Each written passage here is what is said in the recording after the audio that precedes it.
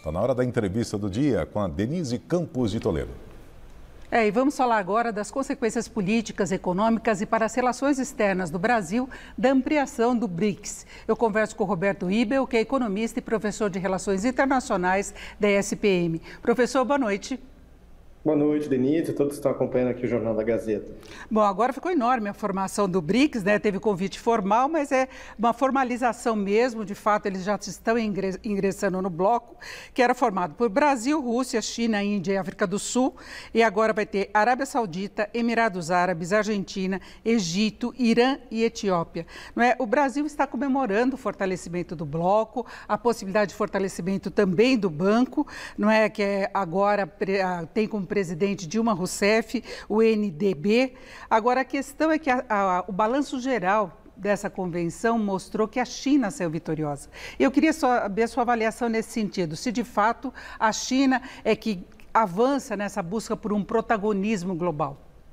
Exatamente, Denise. Hoje de manhã eu comentava com meus alunos de geopolítica, né, que o BRICS hoje ele está se tornando quase um G20 que tem um banco, né? E é um banco sediado em Xangai, na China. Então, o grande vitorioso, digamos assim, dessa cúpula dos BRICS realizada em Joanesburgo foi o governo chinês, foi a China, que tinha como pauta única e principal a expansão do BRICS, né? Torná-lo, de fato, um fórum econômico, mas com um certo alinhamento político ou geopolítico, e que possa colocar as ideias da China, né, as pautas da China, num plano internacional em todos os continentes, porque afinal, agora, antes o BRICS tinha um representante de cada continente, da América Latina, do continente africano e da Ásia, e agora expande este bloco de fato. Então a China é a grande vitoriosa.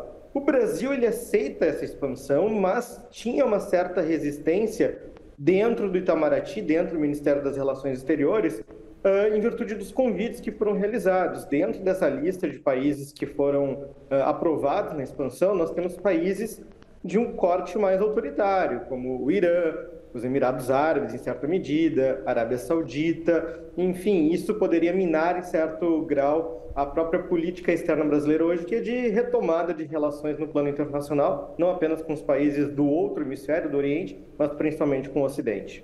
E aí fica se buscando uma unidade para esse novo BRICS, né, que não se sabe se haverá mudança de nome ou não, porque antes eram países emergentes com maior potencial de expansão.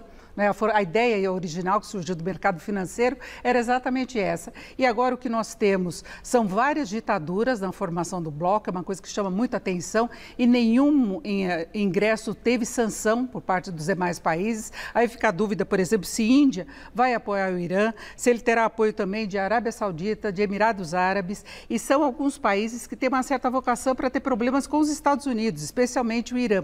E no caso da Argentina, que o Brasil está comemorando, ela vai ter eleições em breve. O atual presidente, que é aliado do presidente Lula, não vai ser candidato e tem aí uma possibilidade de vitória da direita. E aí como é que ficaria essa relação toda? Exatamente, Denise. Eu vejo o ingresso da Argentina como uma espécie de cumprimento, né, de ter um país da América Latina no bloco. E foi justamente uma pergunta que fizeram hoje de manhã sobre isso, né? Mas por que a Argentina e não outro país? Veja bem, né, para quem está acompanhando aqui o Jornal da Gazeta, outros países da América Latina que têm uma economia robusta, uma economia forte, não como a brasileira, evidentemente, que seriam potenciais candidatos, estão em outros blocos. Temos o Chile, por exemplo, que está na Aliança do Pacífico. Temos o México também, que está na Aliança do Pacífico, muito próximo aos Estados Unidos, principalmente com a nova versão do NAFTA. A Colômbia também seria um país, mas muito próximo aos Estados Unidos. Então, a opção que resta dentro desse rol de economias que tem uma expressão na América Latina sobra a Argentina, em que pese a crise política e econômica que a Argentina passa, principalmente a crise econômica, nas últimas 2 décadas.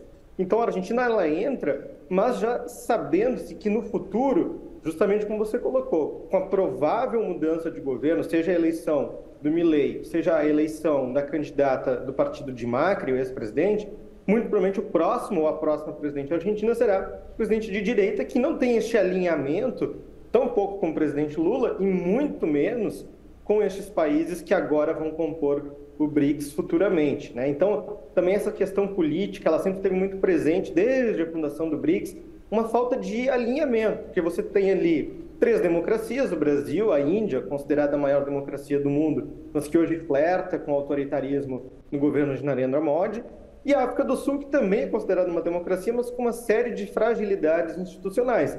Então, o Brasil era a principal democracia, digamos assim, até hoje.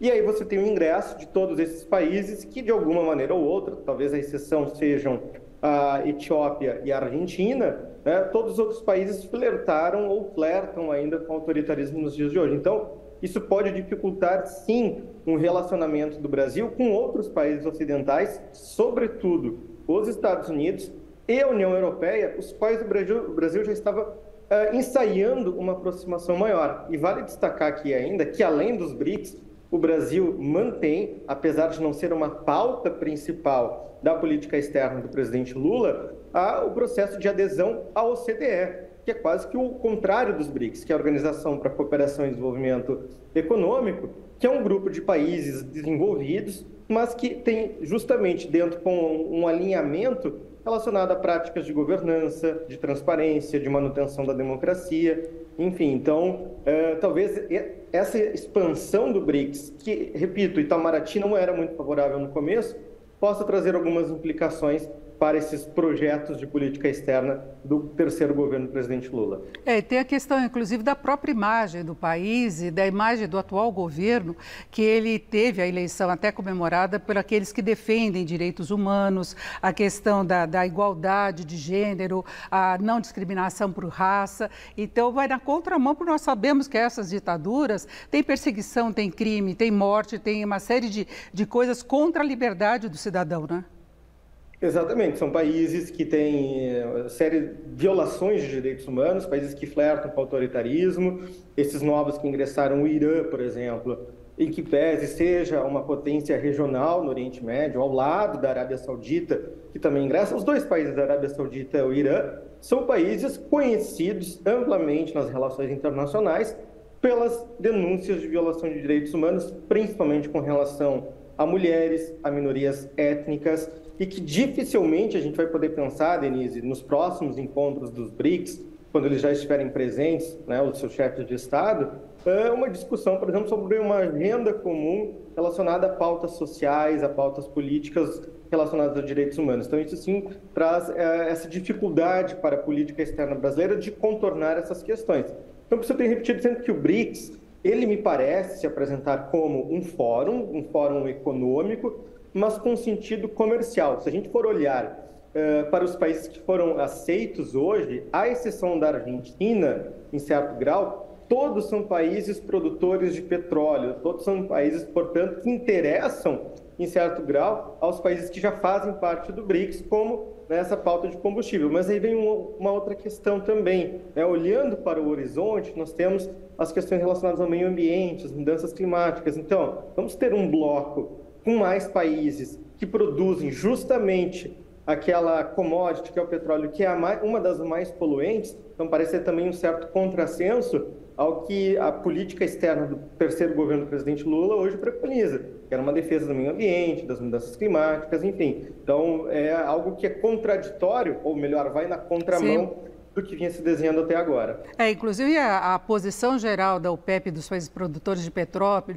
e da Arábia Saudita em particular, que reduziu a oferta, que levou esse aumento recente do petróleo, que fez com que o Brasil mexesse na política de contenção de preços para controlar a inflação, não é? Então vai exatamente na contramão e é mais uma condição, uma postura colocada pelo atual governo, que é a defesa, né, do meio ambiente, o combate, o controle do aquecimento global. Agora, é um bloco que vai ter uma força econômica, embora haja disparidade na situação dos países. Você citou essa questão dos combustíveis, 45% da produção de petróleo e 40% da produção de gás, não é? E eles vão ter quase a metade da população global.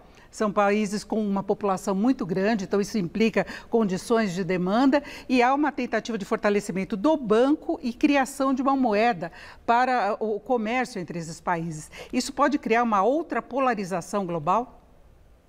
Eu acredito que isso já é sintomático da multipolaridade, né? Ou seja, de novos polos de poder, como a gente fala em relações internacionais. O que eu destaco é que ficou muito claro nessa reunião em Joanesburgo que há um interesse institucionalizado do BRICS, agora com essa expansão, em criar uma nova arquitetura financeira global. Até então, o próprio banco, o novo Banco de Desenvolvimento, que é o NDB, o Banco dos BRICS, ele se colocava como uma alternativa aos bancos tradicionais, ao FMI, ao Banco Mundial, enfim.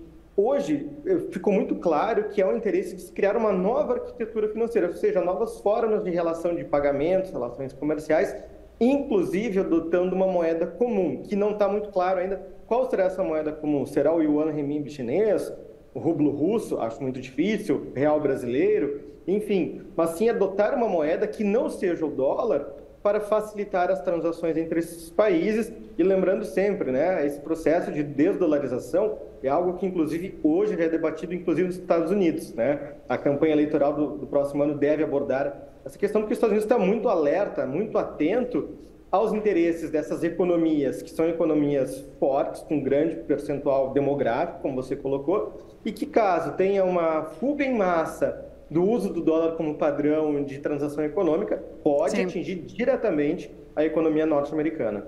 É que o Brasil tenha mais força nesse bloco e não seja só uma massa de manobra. Eu agradeço muito a participação do professor Roberto Ibel, que é economista e professor de Relações Internacionais da SPM. Mais uma vez, obrigado, uma boa noite. Obrigado, boa noite a todos. Com vocês.